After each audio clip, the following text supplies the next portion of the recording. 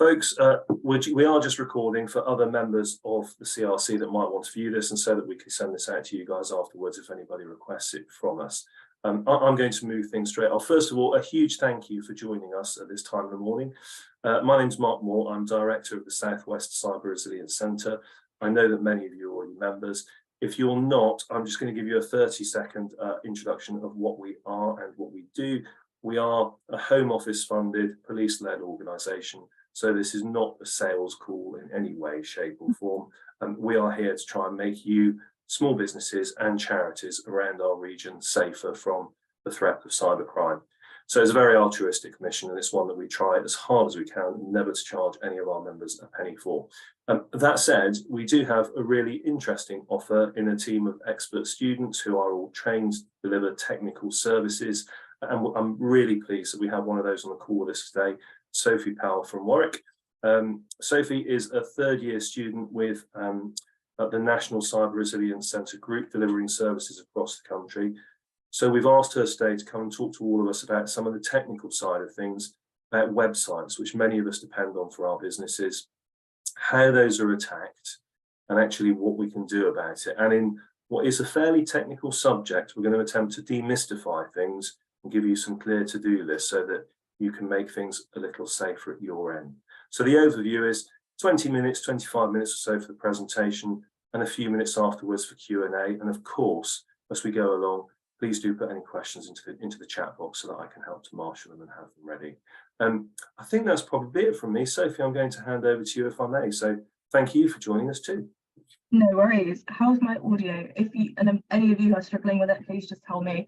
I think there's a sweet spot somewhere around my microphone, and I'll just stay still for the next 25 minutes. But let me share my screen quickly, and then I'll do a bit introduction about who I am and myself. Give me 2 seconds to do the technical part of this.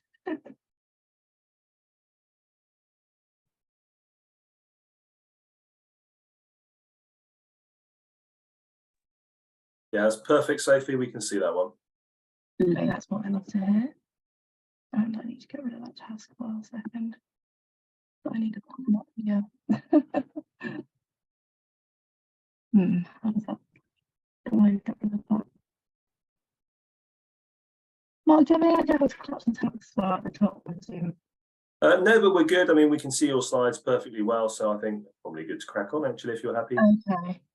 Yeah, no, that's absolutely fine. So, good morning, everybody. Oh, that's not the slide I wanted.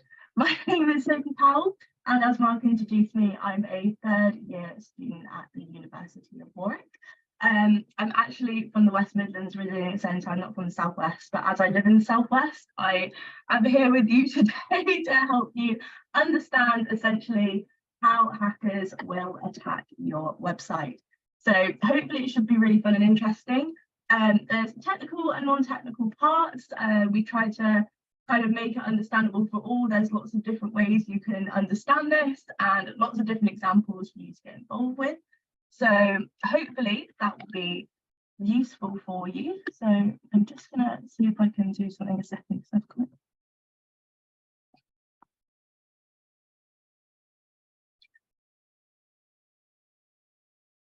Let's see if I can. Sorry, technical issues. So I'll keep talking. So a couple of house rules as we go along. So it is being recorded anyway, which is absolutely brilliant. So you are able to go back if you have any more questions you can think of. You're always absolutely more than welcome to contact the centre at any time that works for you. Yeah, questions are absolutely always welcome. We do love questions here, and the most important thing to say is no question is ever a silly question. So please feel free to ask away. I'm sure you'll have some burning things to ask, which is probably the reason why you're here. So come along, get involved, and we will hopefully go from there. Mark, is there any way you can take over this PowerPoint? I think unfortunately my slides are just frozen. I'm very sorry. Stand by. If you can keep talking us through, Sophie, and I will gear things up from this end. Is that okay? Yeah, I will stop my share. I'm very sorry about that. There would be a technical issue with something like this, wouldn't there? But yeah, so let's keep going through as I instead. So this session will be broken into 2 really specific sections. So it'll be a presentation and a Q&A at the end, as you know. And as I said, please feel free to ask anything you wish. At the end, I'm more than happy to flick back through any slides which interest you. Just pop a message on the chat and that's absolutely fine. So to begin this webinar specifically, I sat down and I thought, actually, there's probably a lot of background needed as to hackers, websites, why they're so attractive to a hacker. So I decided to go back to the basics and actually discuss the 5 W's in covering all angles of attacking and the basic questions that will get asked first. So if I could please have the first slide, Mark, that would be great. Thank you. So to begin, what can you actually expect if your website is hacked? So a hacked website may not actually be visible immediately. So there are really 2 different types of hackers that will attack a website. So number 1, it will be the one that goes over the top, that will vandalize your website, that will put photos on, that will put scribbles on, that will mess with your images. And you'll be able to log in and see right away that something's not quite right with your website. So there's that first kind of a hacker that like to draw a little bit of attention to themselves in that sense. Or there's the second type of hacker that's a little bit less obvious and they'll be a lot quieter about what they do.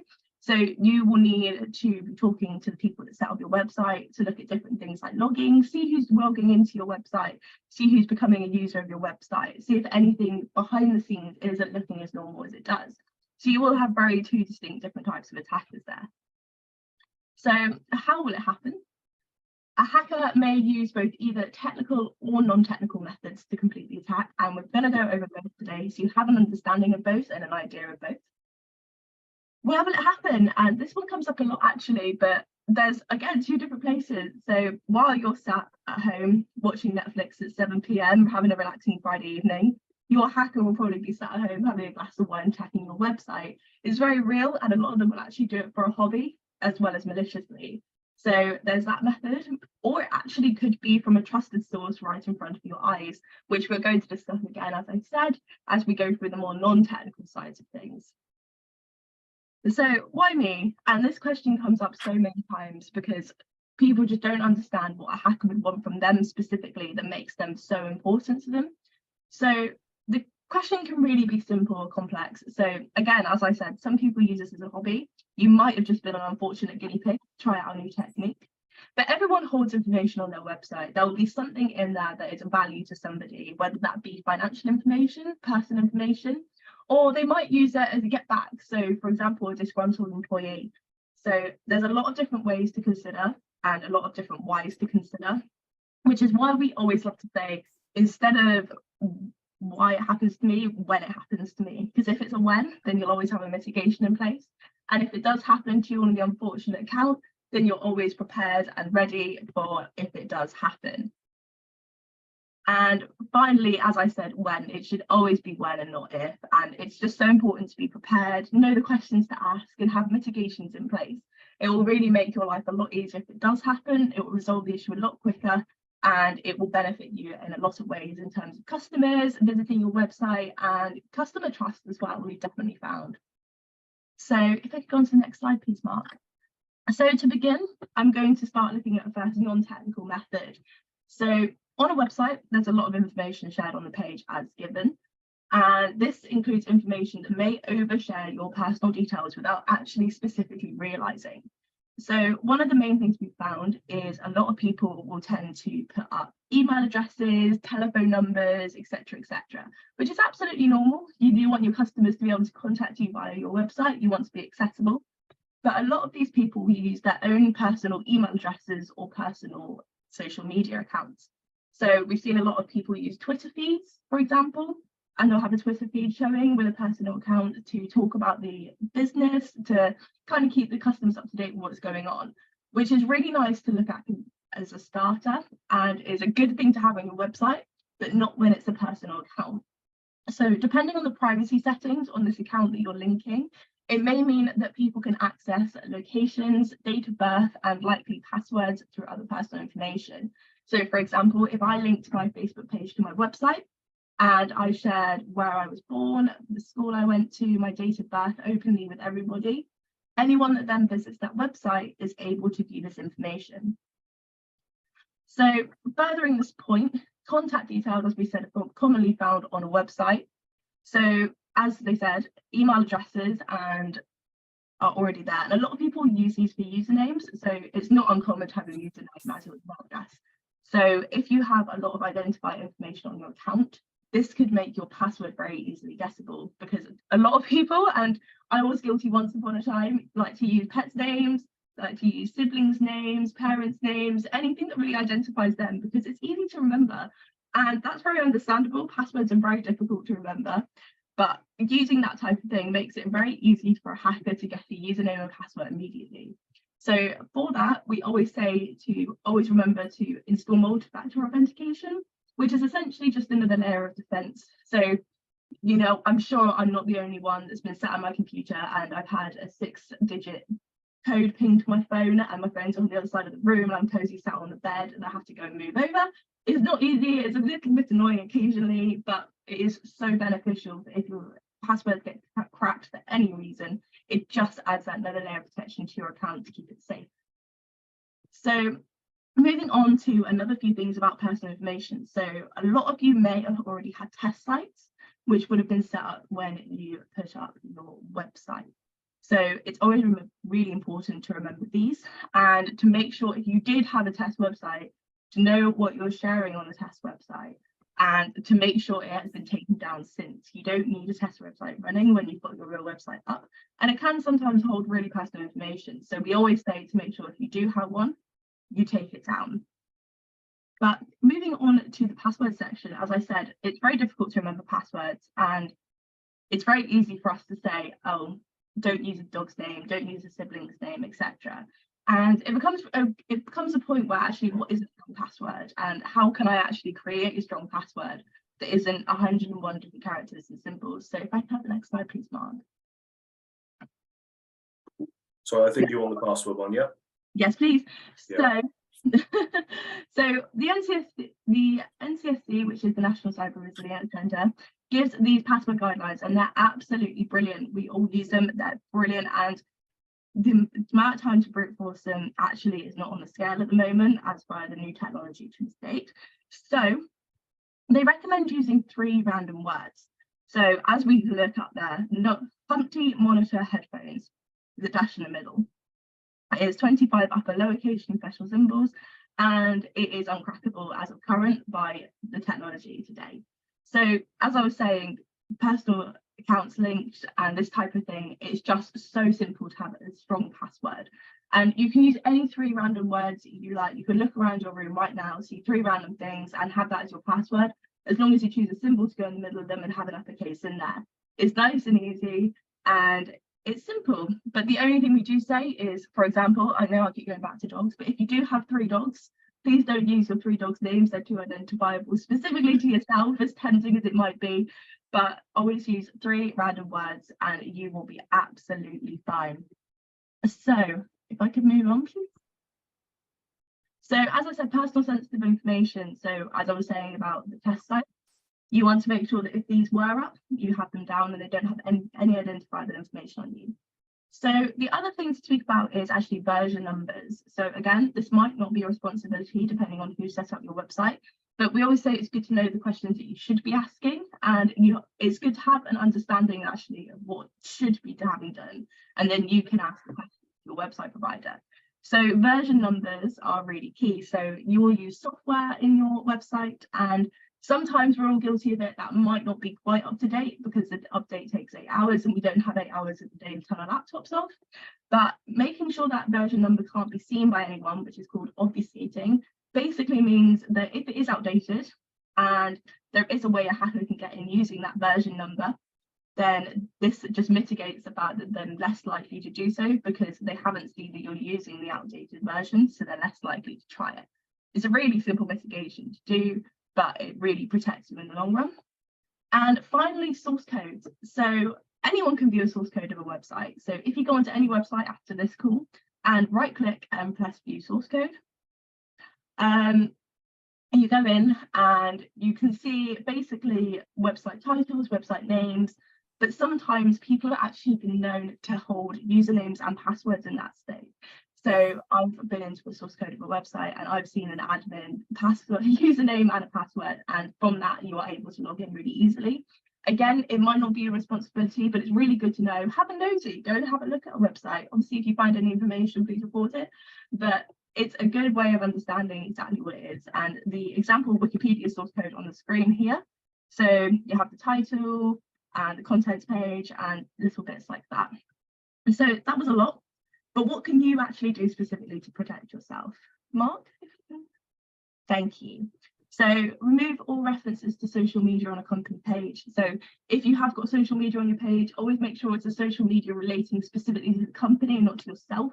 E.g. a Facebook page about your own company and not your personal one. Ensuring your personal social media account privacy settings are strong, and we always say, please make sure that your privacy settings are on and you're not sharing any information that you wouldn't want anyone random to see. So for example, if you're sharing your location, that's fine. And if you're happy with that, anyone in the world knowing, that's fine. Just be careful that anyone in the world can view this. So having potential customers contact you via an online form is always a really easy way to mitigate the whole, I've got to provide an email address, I've got to provide a password, because they type in their username, password, leave you with an email to reply with in their query. And it just allows you to kind of filter out those more important queries to start with, and to be able to reply to them on an address that they don't have to access immediately to start with anyway. So as I said, email addresses, phone numbers don't have any identifiable information on them. So for example, maybe don't use your name, last name, don't use any house numbers, etc. like that in your email addresses. Passwords, we love strong passwords. We always preach it, and I found myself saying it every day, but follow the NCSC guidance. They've made it easy for you, they've made it simple, and that's what it's there for. And protect your technical data, know the questions to ask. So we'll move on. And both most importantly, phishing, and it's not the thing you go and do with your granddad on the weekend, unfortunately. So phishing is the act of sending fraudulent emails, text messages, or anything like that to a user that contains information or a link that will trick a user into entering personal information.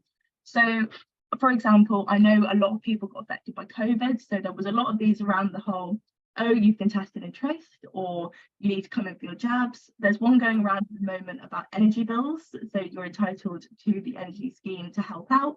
Please click the link here. These are all text. Emails are a little more unique to the person, so a couple of them will come through, but really look out for them. If they don't look right, or you have any queries about them, never click the link. It's always better to ask. You're not going to get into any trouble by asking, and you might just save yourself a little bit of a dilemma. So how can phishing be used to attack a website? It's a very good question. So a technique that some hackers will use is actually cloning your URL, which essentially means what they'll do. So for example, they might send an email to me pretending to be you, and they'll say maybe, oh, we have a deal on 20% off this. Please click the link to access your voucher code. Quite an easy one to do. If I like your company, the likelihood of me clicking on the 20% voucher is very high, especially as a student. You know, you've got to save where you can. So I'll click that link, but the actual link they send isn't actually to your website, it's to a clone of your website.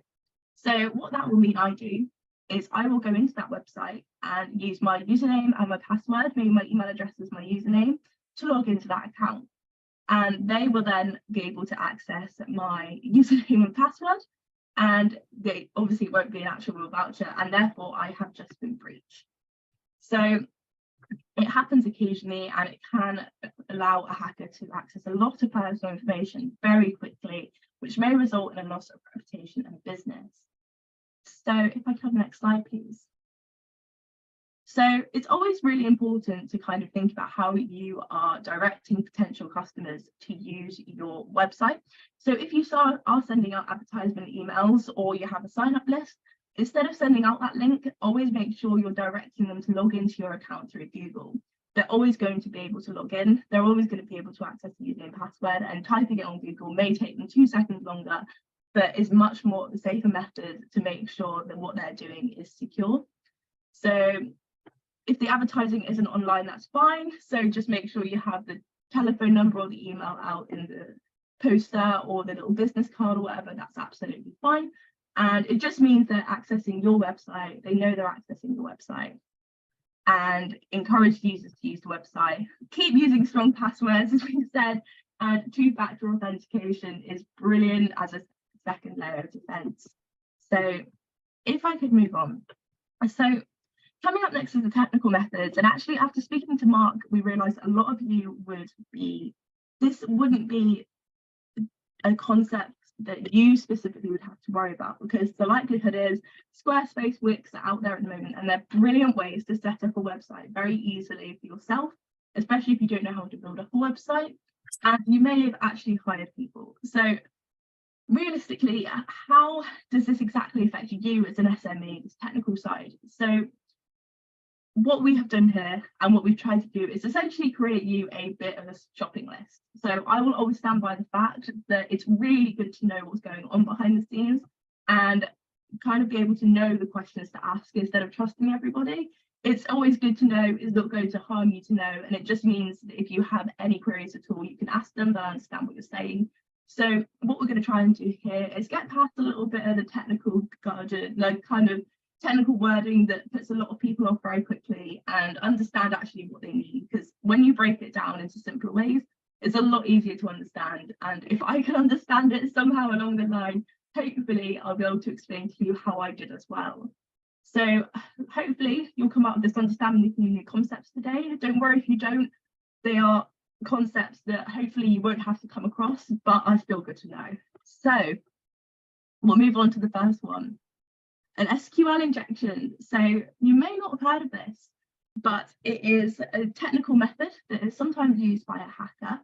And what they will do is they will enter some code into a text box that looks for data in a database. So a little bit of context here. Sometimes usernames and passwords will be stored in a database behind your computer. So, and this is what they'll be trying to get. So this little piece of code I have in front of me here is essentially saying, please output to me all the usernames and the passwords in the database. So let's have a look. The attack focuses on logic, and as we know, computing uses a lot of logic. So it looks quite scary, but we'll go really quickly through it and see if we can get you to understand. So the way I always like to think about it is 1 is true, 0 is false. So that makes this quite simple, because 1 equals 1, as we can probably all agree, is true. So that makes that statement true. So you can think dash or true. Breaks it down a little bit. So then we have or, which essentially means only one of them has to be correct. We all know what or means. So we have an empty space or true, which essentially does mean true. And then encoding those two little dashes on the end essentially means the computer will lure everything past that. So what we essentially got here as a very long way of typing in true. So instead of running the code that goes, does the password associated with username X equal username Y? It just runs does true. And it would be much easier if they could just write that out for us, wouldn't it? I do agree. So this could actually, if it's not protected properly, output all the usernames and passwords in a database. Scary. So mitigating, as next slide, please. So there's a lot of different things that your website provider will do to mitigate this type of attack. And it's a very common attack, I will say. You don't have to go and panic and run away to see if you can put it into your own website or anything like that. It's a very simple method to use. You would have to be running a ridiculously insecure website for this to work. So a few things you can do, or you can ask your provider especially. So is it the correct data type and length? So for example, should they even be putting equal signs in the username? Probably not. So that's something you can already automatically filter out, and that will immediately use the code to work. So code shouldn't be executed on a database anyway, and you can do something called database access privileges. So it essentially means that they won't be able to build up to the database because they don't have the privileges that they're allowed to do so. So again, updating, so they will always keep your updated database and make sure that the updates that are coming through, they will update it with them, which means it's less likely to be attacked. And what they'll also do is make a log of exactly who's trying to log into your website. So they'll look at the usernames and look at when you press search, you can see in a log, so, oh, user 1 just logged in, user 2, user 47, and then they'll see this code trying to log in. And that's when the light bulb goes, you think, we might have an issue here. So through logging, this is a really easy way to see exactly who's trying to get into your website. As we said, this isn't for you to worry about specifically. This is for your provider. It's just providing you with the right questions. So DDoS attacks, they are standing for distributed denial of service attack. And I was speaking to one of my bosses and he gave me a brilliant method to be able to explain this. So imagine a bus and it's running normally on its way to a particular destination. Maybe you're going to work in the morning and one person has decided that they don't want the bus to reach that destination, maybe because they might have fallen out with the bus driver. I don't know. So this person therefore gets all their friends to board the bus in the world.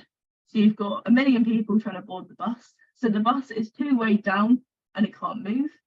So this is exactly what a hacker will do to a website, although your website given is not a bus.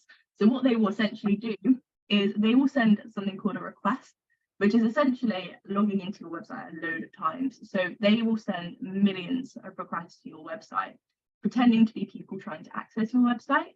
And as we know, websites can get a little bit weighed down quickly. They'll lag, they'll go a little bit slower. So they will pretend to be 1 million people trying to access your website, essentially just to see if they can try and make it crash. So the benefit of this is, for them, it takes your website off the internet. It can't be accessed by any potential customers, and it might panic the customers that you already have, considering that they can't access the website, especially if your website's holding important details about them. So it's very simple. And as we can see, we've got the little bot on the bus and people boarding the bus. So it's a very effective method if someone wanted to take down your website very quickly, try out a method or do something along these lines. You may have seen this happen to a website before. It's not uncommon. So if we can move on, please. Brilliant. Mitigations, again, just the ones to ask. So always update your software. And we say this across everything, even if you're running your own personal machine and you see an update come through, please don't ignore it. They're the most annoying things in the world and they do it at the wrong time, but it's so beneficial in the long run. So you can do rate limiting, which is another technical concept you don't have to worry about, but for context, essentially it monitors how many people access your website and only allows a certain amount to access your website. So you may have heard of ChatGPT going around at the moment. If you haven't, it's an AI bot that essentially students have found that write essays for them. The universities go wild, but this will sometimes come to its cap. It only allows a certain amount of users to access it at any time. That's essentially rate limiting. So packet monitoring just sees who's going into your website and what they're doing. And detection systems looks for attackers and sees what they're up to in your system. So it's always important to monitor for attacks and always important to document what you do for future improvements. So if your provider is seeing this happen, hopefully they'll document it for you, make you aware, and then you can ask the right questions to say, actually, why was this not implemented and where is this? But it is always important if you have any queries about, actually, is my website secure? The Resilience Centre is always here, as Mark said. This is what we do. We can test your website, see what it's like, see how secure it is, and we'll go from there. And the next slide, please. This pulls this webinar to an end, and honestly, I am overjoyed at the amount of you that turned up at 8:15 in the morning. I was saying to Mark beforehand, I actually don't remember the first time I was up before 8 o'clock voluntarily. But thank you so much for your attention. It's been an absolute pleasure and I really enjoyed putting this presentation together. And I'd love to open the floor to any questions that you may have and I can answer for you. Thank you so much, Sophie. That's really, really helpful. A great summary there of what's going on. So I'm going to invite anybody that wants to jump in, raise a hand and please do. Failing that, I'm looking through the chat to see if there are any questions we want to raise. Anybody wants to jump in first of all? Okay, so I'm going to look through some of the chat from Andrew then. I'm a user of MFA from banks, credit cards, etc. I